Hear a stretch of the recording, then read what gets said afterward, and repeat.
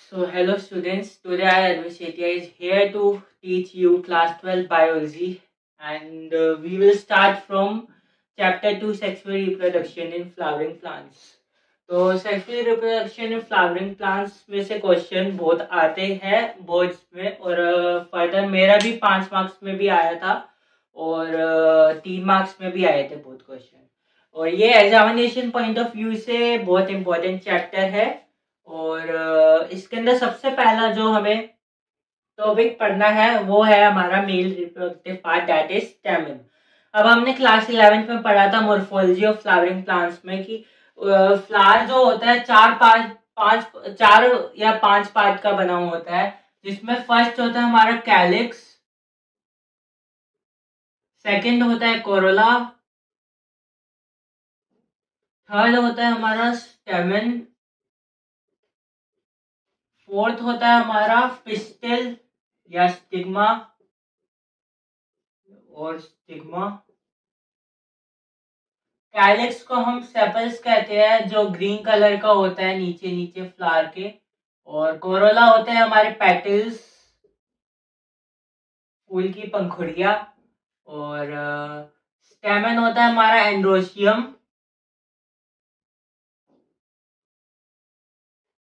हमारा जो स्टिग्मा और पिस्टल होता है वो होता है हमारा गाइनोशियम।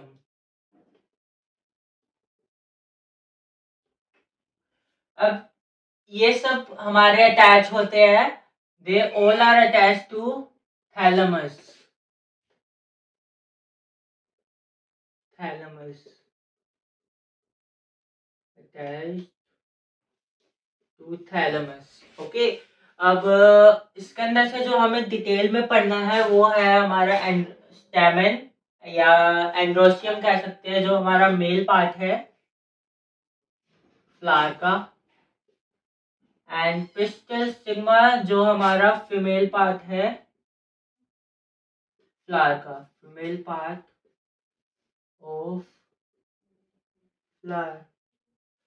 अब इसके अंदर से सबसे पहले हम स्टेमन मतलब male reproductive part of flower या फिर एंड्रोशियम, बहुत नेमों से जाना जाता है, तो इसके बारे में पढ़ेंगे। तो स्टेमन,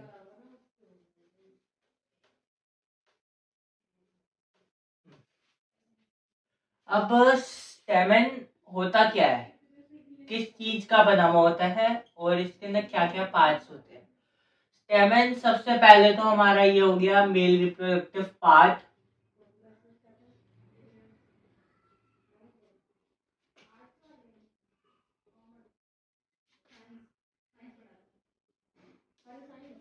एंड जो स्टेमन है हमारा, ये दो पार्ट्स का बना हुआ होता है, एक तो एंथर एंड सेकंड फिलामेंट। तो इसके अंदर एंथर होता है जिसके अंदर हमारे मेल रिप्रोडक्टिव पार्ट बनता है जो कि हमारा पोलन ग्रेन्स होते हैं, और जो फिलामेंट होता है उसका काम होता है अटैचमेंट, जो कि हमारा जो एंथर है उसे करके रखता है टू दी थैलेमस। तो फिलामेंट का तो ये एक स्टोक लाइक स्ट्रक्चर होता है, स्टोक लाइक स्ट्रक्चर जो कि attach anther to thalamus. Basically filament का यही काम होता है, इससे ज्यादा काम नहीं होता। और जो हमारा एंथर है ये प्रोडक्शन ऑफ पोलन ग्रेन्स में काम आता है, पोलन ग्रेन्स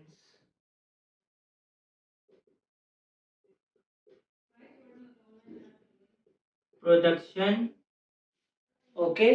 अब एंथर को हम डिटेल में पढ़ेंगे पूरा अच्छे से, कैसे हमारा पोलन ग्रेन्स बनते हैं।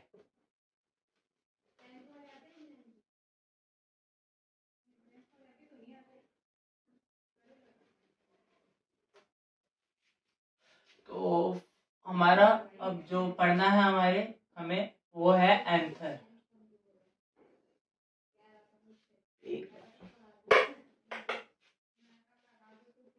फर्स्ट एंथर, अब एंथर में हम सबसे पहले इसका स्ट्रक्चर पढ़ेंगे और ये कैसा बना हुआ होता है। पहले हम देख लेते हैं कि एक डायग्राम है जो स्टेमन का होता है। अब आप मान लीजिए ये हमारा स्टेमन है। स्टेमन के अंदर ये हमारा फिलामेंट होता है जो कि हमारा थैलेमस से अटैच करता है और ये होता है हमारा एंथर, फिलामेंट एंड एंथर। अब एंथर का स्ट्रक्चर बायलॉब्ड होता है जो कि हम उसे कहते हैं डाइथिकस भी। Bilobed structure, bilobed structure with two theca और डाइथिकस।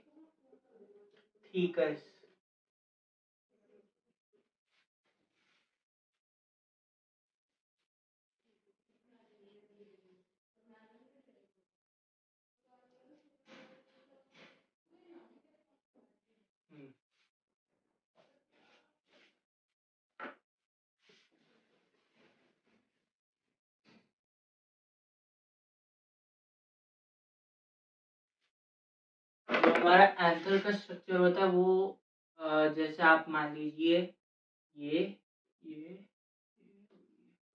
ये एक थीका हो गया और ये दूसरा थीका हो गया। अब इसके अंदर जो हमारा एंथर होता है उसके अंदर 4 लेयर्स होती है। जो बायलॉग स्ट्रक्चर होता है उसके अंदर 4 लेयर्स होती है। तो इसके अंदर फर्स्ट लेयर जो होती है वो आउटर मोस्ट लेयर, उसे कहते हैं हम एपिडर्मिस। जो सेकेंड लेयर होती है उसे हम कहते हैं एंडोथीशियम।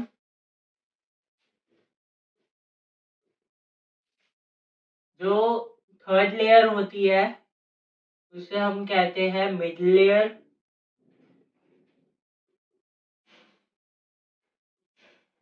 और ये जो तीनों लेयर होती है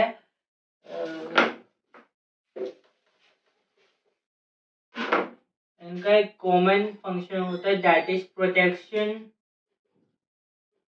and second dehiscence, protection from foreign material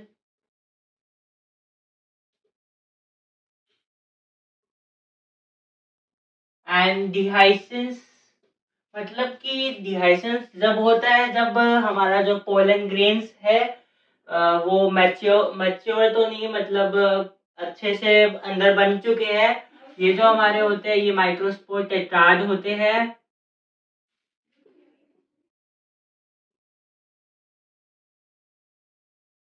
microspore tetrad ये फॉरेन नंबर होते हैं। और जो ये माइक्रोस्पोर टेट्राड है ये ही हमारे माइक्रोस्पोर या माइक्रोस्पोर मदर सेल को गिव राइज करते हैं।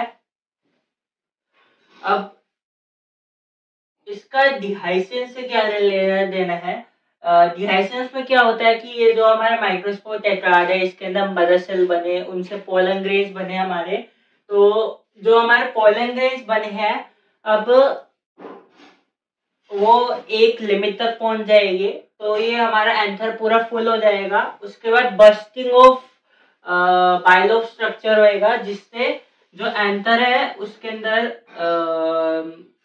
डिफरेंट साइड्स पे होल हो जाएंगे। जैसे ये हमारा माइक्रोस्पोर टेट्राड है,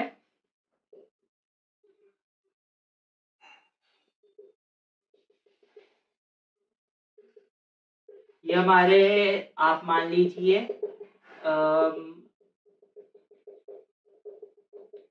पोलन ग्रेन्स है।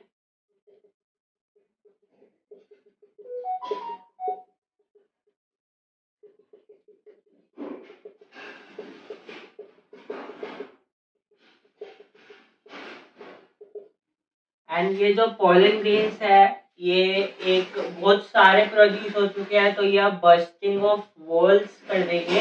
और ये जो वॉल्स है इसे ही हम अगर बर्स्टिंग होती है तो वो डिहाइसेंस होता है।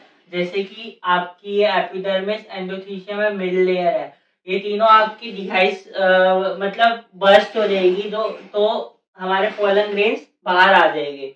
अब पोलन ग्रेन्स बाहर आने के बाद क्या होगी, ये फर्दर मतलब जैसे आप मान लीजिए आगे बहुत तरीके की पॉलिनेशन होती है तो उसमें ये हेल्प करते हैं पॉलिनेशन में।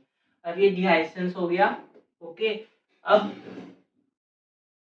ये जो माइक्रोस्पोर टेट्राड है इसका हम फर्दर आगे माइक्रोस्पोरोजेनेसिस पढ़ेंगे, बट उससे पहले इसमें एक और फोर्थ लेयर होती है जिसको हम कहते हैं एपिटर्म।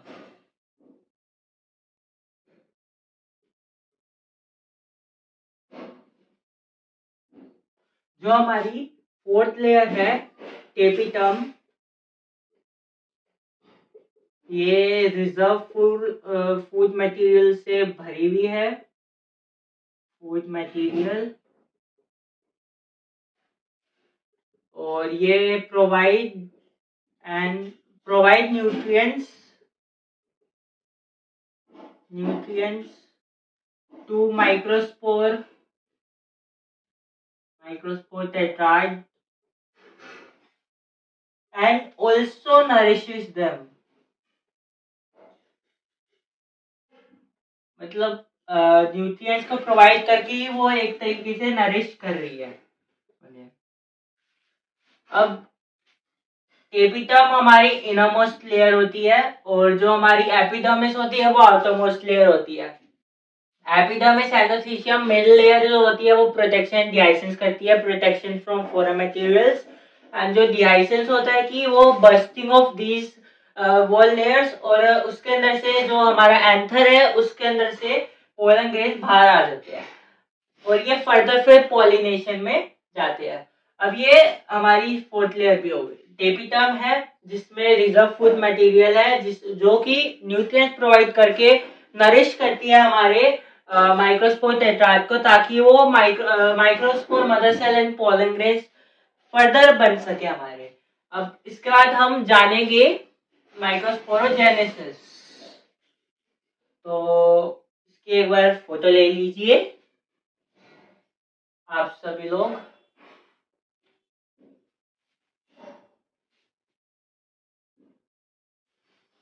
ओके, तो अब हम जानेंगे माइक्रोस्पोरोजेनेसिस, जिससे कि हमारे पोलन ग्रेन्स बनते हैं।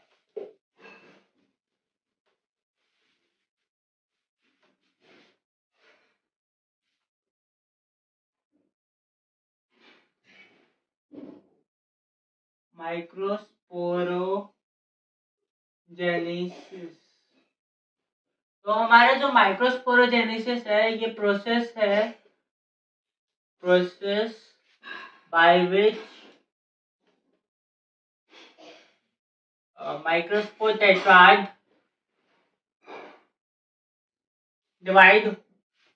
डिवाइड होके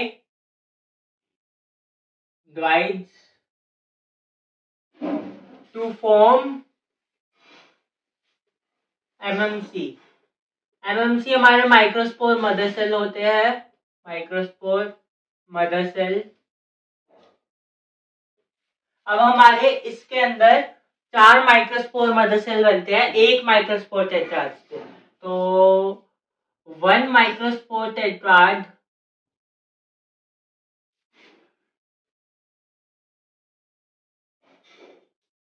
is equal to 4 microspore mother cell. Microspore mother cell. अब हमारे 4 माइक्रोस्पोर मदर सेल बन चुके हैं। अब ये जो फर्दर 4 माइक्रोस्पोर मदर सेल है give rise to 4 pollen grains. आप मान लीजिए हमारे पास जैसे 1 2 3 एंड 4, 1 2 3 4, ये हमारे पास 4 MMC है। तो ये हमारे 1 pollen, 2 pollen, 3 pollen and 4 pollen, 4 pollen grains. मतलब एक माइक्रोस्पोर मदर सेल हमारा एक पोलन ग्रेन देगा, तो हमारे 4 माइक्रोस्पोर मदर सेल देंगे 4 पोलन्स।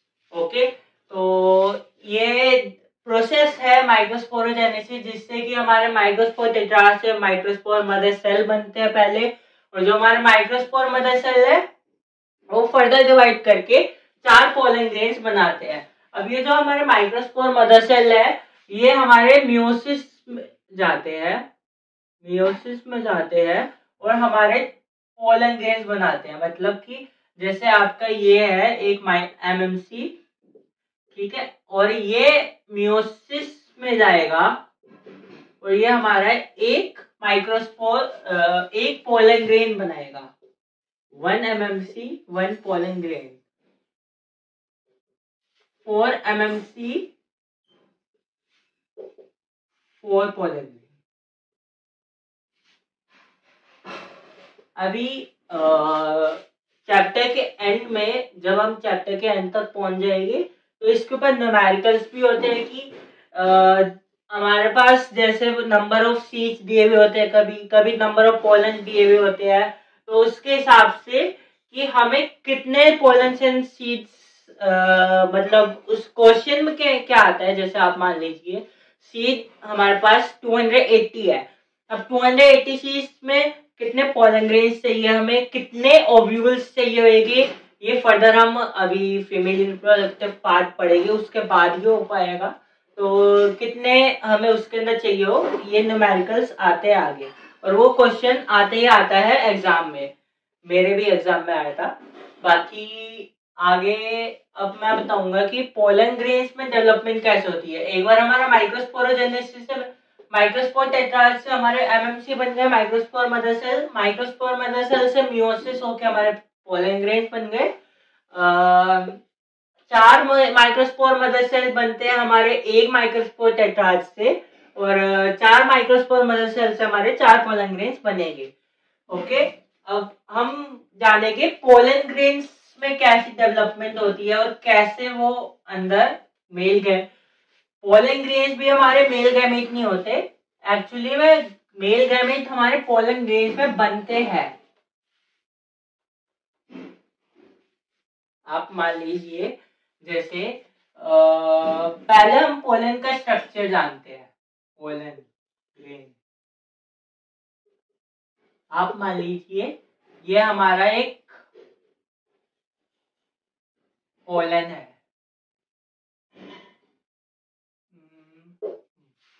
ये हमारे एक पोलन है। अब इसके अंदर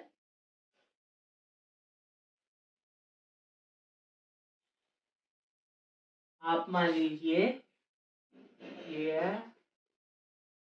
और ये है,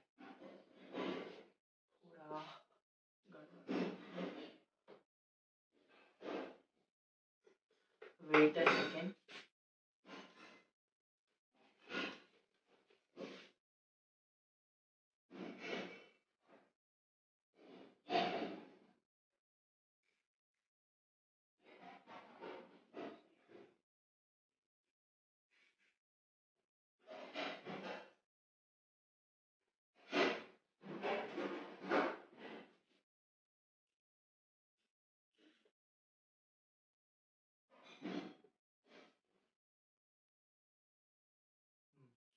ओके, तो ये हमारा एक पोलन ग्रेन, आप मान के चलो कि हमारा ये एक पोलन ग्रेन है, जिसके अंदर हमारा अभी इंटरनल स्ट्रक्चर पे नहीं जाते, हम आउटर स्ट्रक्चर पे जाते हैं।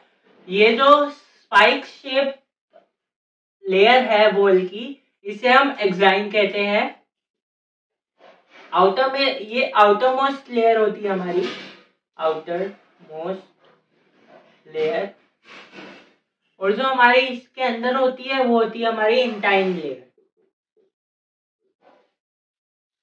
इंटाइन होती है हमारी इनर मोस्ट।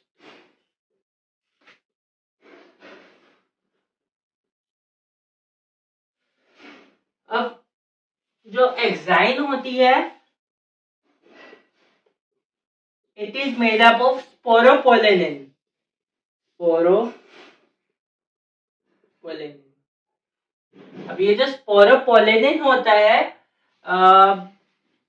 एक बहुत ही हाईली रेजिस्टेंट मटेरियल होता है जो कि पोलन ग्रेन्स को डैमेज होने से बचाता है। अब आप मान लीजिए हाई टेम्परेचर है या फिर high temperature comma comma enzymatic action लीजिए आपका हाईली एसिडिक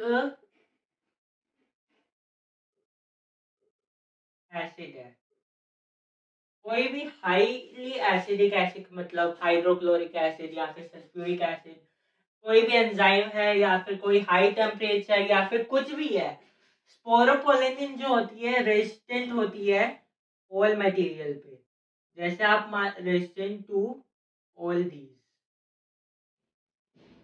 स्पोरोपोलेनिन को कोई फर्क नहीं पड़ता कि चाहे हाई टेम्परेचर हो, चाहे एंजाइमेटिक एक्शन हो, चाहे हाईली एसिडिक एसिड हो, वो डैमेज नहीं हो सकती। और स्पोरोपोलेनिन को डैमेज करने वाला या फिर मतलब डिग्रेड करने वाला कोई भी हाई टेम्परेचर या कोई भी मटेरियल नहीं खोजा क्या मतलब अभी तक पता नहीं चला है। No material that can degrade sporopollenin has been known for। हमारी जो इंटाइन लेयर होती है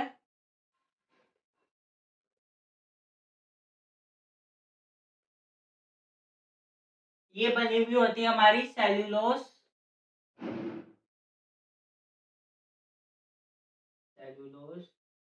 एंड ग्लाइकन की, और जो एंजाइम होती है वो स्पोरोपोलेनिन की बनी हुई होती है। अब एक बार एक ग्रैप करते हैं। एंजाइम जो होती है स्पोरोपोलेनिन की बनी हुई होती है, और जो हाई टेम्परेचर या हाईली एसिडिक एसिड या एंजाइमेटिक एक्शन है उस पे कोई भी स्पोरोपोलेनिन को डिग्रेड नहीं कर सकता। अब आप मान लीजिए आपके पास एसिडिक एसिड है, जैसे आप मान लीजिए हाइड्रोक्लोरिक एसिड है, अब उसे आप डालोगे तो पोलन को डिग्रेड होने से बचाने में एंजाइम का बहुत बड़ा रोल होता है, क्योंकि ये स्पोरोपोलेनिन की बनी हुई होती है और स्पोरोपोलेनिन को डिग्रेड करने वाला अब तक कोई भी एंजाइम पता नहीं कराया गया है, एंजाइम या फिर कोई एसिड या फिर कोई हाई टेम्परेचर। इंटाइन लेयर हमारी सेलुलोज एंड ग्लाइकन की बनी हुई होती है। इसके बाद ये बीच बीच में आपने होल्स देखे होंगे। ओके, तो ये जो होल्स होते हैं ये हमारे जर्म पोर होते हैं। जर्म पोर, या फिर एक ही होल दिखा देता हूँ आप लोगों को। ये जर्म पोर होता है। अब ये जो जर्म पोर है, जो हमारा अभी हम इंटरनल स्ट्रक्चर पढ़ेंगे उसके अंदर जो हमारे मेल गैमीट पोलन बनेंगे वो इस जर्म पोर के थ्रू, जैसे आप मान लीजिए हमारा पोलन ग्रेन स्टिग्मा पे लैंड हो गया और वो जर्म पोर के थ्रू पोलन ट्यूब बना के वो ओवरी तक पहुंचेंगे ताकि वो फर्टिलाइजेशन हो जाए उसकी। अब ये जर्म पोर होता है कि यहाँ पर हमारी नो स्पोरोपोलेनिन प्रेजेंट, मतलब जो जर्म पोर होता है यहाँ पर स्पोरोपोलेनिन नहीं होता, हमारा स्पोरोपोलेनिन और इज एब्सेंट।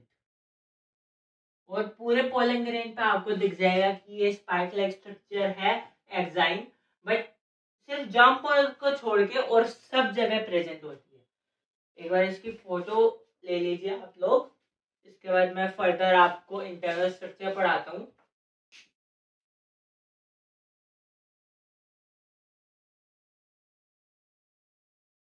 ओके, तो आई होप आप सबको समझ आया होगा। अगर समझ ना आए तो कमेंट में बता दीजिएगा, मैं वापस से थोड़ा ट्राई करूंगा कि आप लोगों को समझा सकूं, because this is my first lecture. तो फर्स्ट लेक्चर में थोड़ी प्रॉब्लम होती है, बट कोई बात नहीं। अब हम जानेंगे पोलन ग्रेन का इंटरनल स्ट्रक्चर।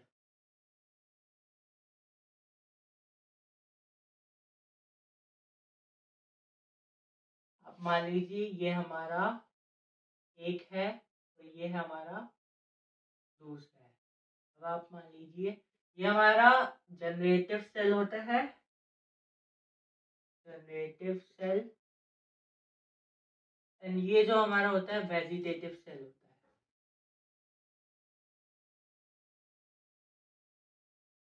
बहुत सारे लोग इसी प्रॉब्लम में होते हैं कि हमारे मेल गैमेट वेजिटेटिव सेल में बनते हैं, बट नहीं, हमारे जो मेल गैमेट बनते हैं वो जनरेटिव सेल में बनते हैं, ना कि वेजिटेटिव सेल। वेजिटेटिव सेल एक बहुत बड़ा इरेगुलरली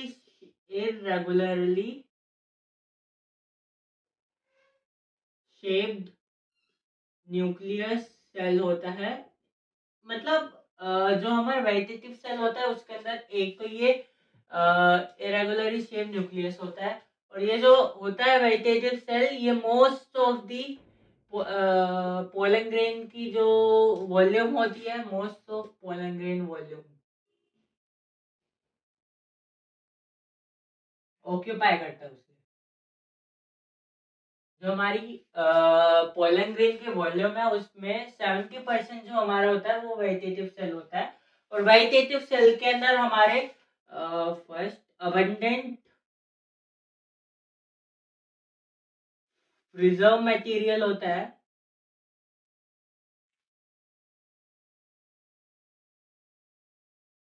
सेकेंड हमारा इरेगुलर शेप न्यूक्लियस होता है, और थर्ड हमारा होता है most of pollen grains volume occupy करता है।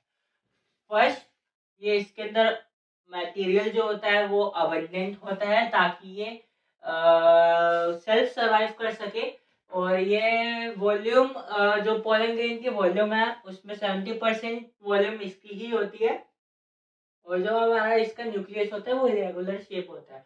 अब ये जो हमारा जनरेटिव सेल है, इसका जो न्यूक्लियस होता है ये नॉर्मल शेप का होता है, और ये ऑक्यूपाई बहुत कम स्पेस ऑक्यूपाई करता है। जो हमारा जनरेटिव सेल है, जनरेटिव सेल, ये लेस वॉल्यूम ऑक्यूपाइड,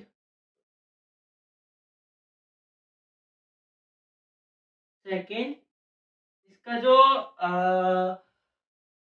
सेल होता है, सेल फ्लोट्स, मतलब ये जो वेजिटेटिव सेल का साइटोप्लाज्म होता है उसके अंदर फ्लोट करता है, फ्लोट्स इन साइटोप्लाज्म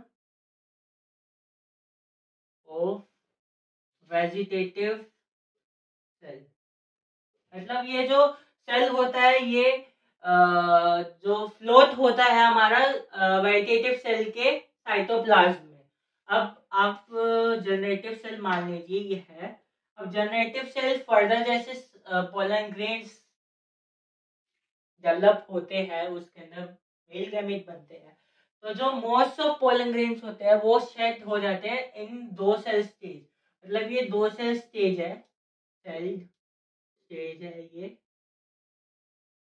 बट आप मान लीजिए कि कई केसेस में ये थ्री सेल स्टेज भी चले जाता है, जिसके अंदर जो हमारा जनरेटिव सेल होता है, जो जनरेटिव सेल होता है ये डिवाइड करके दो मेल गैमेट बना देता है, डिवाइड एंड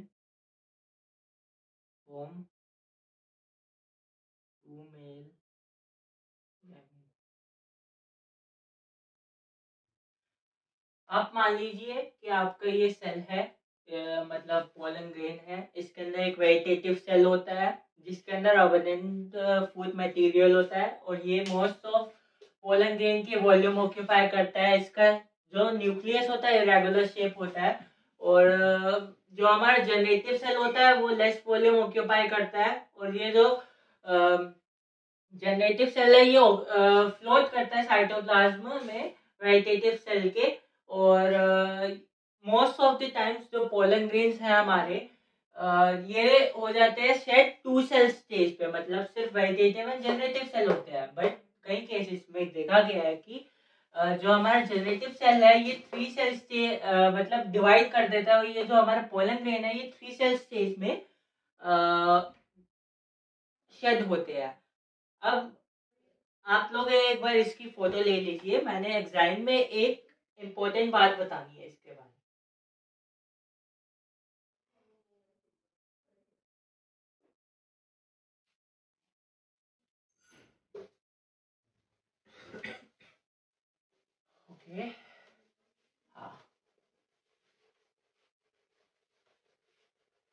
वैसे तो अगर आपके 500 या 3 मार्क्स में आता, आप ये अगर आपके पास आता है कि define pollen grains and its structure and internal and outer structure, तो आप ये सब अच्छे से लिख के आ सकते हैं जो मैंने समझाया है।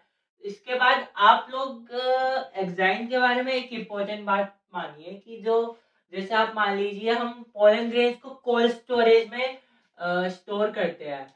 ये जो हमारे पोलन ग्रेन्स स्टोर होते हैं ये एग्जाइन की वजह से ही होते हैं। जैसे आप मान लीजिए स्पोरोपोलेनिन है, वो टेम्परेचर रेजिस्टेंट है, मतलब चाहे कोल्ड टेम्परेचर हो चाहे लो टेम्परेचर मतलब हाई टेम्परेचर हो, तो ये स्पोरोपोलेनिन पोलन ग्रेन को डिग्रेड होने से बचाती है। तभी आपने देखा होगा कि जैसे फैमिली रोजेशिए, जो रोज की फैमिली है रोजेशिए,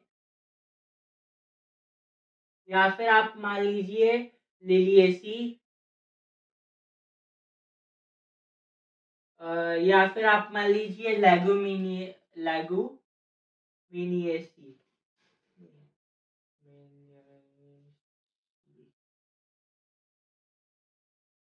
या फिर और भी बहुत होते हैं जिसके पोलन ग्रेन्स मंथ तक स्टोर करे जा सकते हैं सीड बैंक्स एंड ऑल में। तो इनके जो पोलन ग्रेन्स होते हैं ये हमारे बहुत मंथ तक रहते हैं, और आप मान सकते हैं कि जैसे वीट है, राइस है, और जितना भी हमारा ग्रेन्स होते हैं, या फिर आप मान सकते हैं पल्सेस, दाल, ये सब होते हैं। ये सब इन सब के जो पोलन ग्रेन की वायबिलिटी होती है वो 30 मिनट्स होती है। और आपको ये फर्दर आगे बता दूंगा मैं, क्योंकि इसका एक टॉपिक है। और जो हमारे रोजेशिया फैमिली और बहुत सारी फैमिली है वो मंथ्स ईयर्स तक रह सकती है। और जबकि हम लोगों को बहुत पुराने पुराने ईयर के सीड मिले और वो फर्टिलाइज भी हो गए, वो आगे फर्दर बताऊंगा तो आपको अच्छे से समझ आएगा। ये हमारा हो गया पोलन ग्रेन का स्ट्रक्चर। अब पोलन ग्रेन स्ट्रक्चर इसी के साथ हमारा आज का टॉपिक कंप्लीट होता है। तो नेक्स्ट क्लास से पहले मुझे बता दीजिएगा कि आपको वीडियो अच्छी लगी तो, और like share subscribe. Bye bye, तो नेक्स्ट क्लास में मिलते हैं।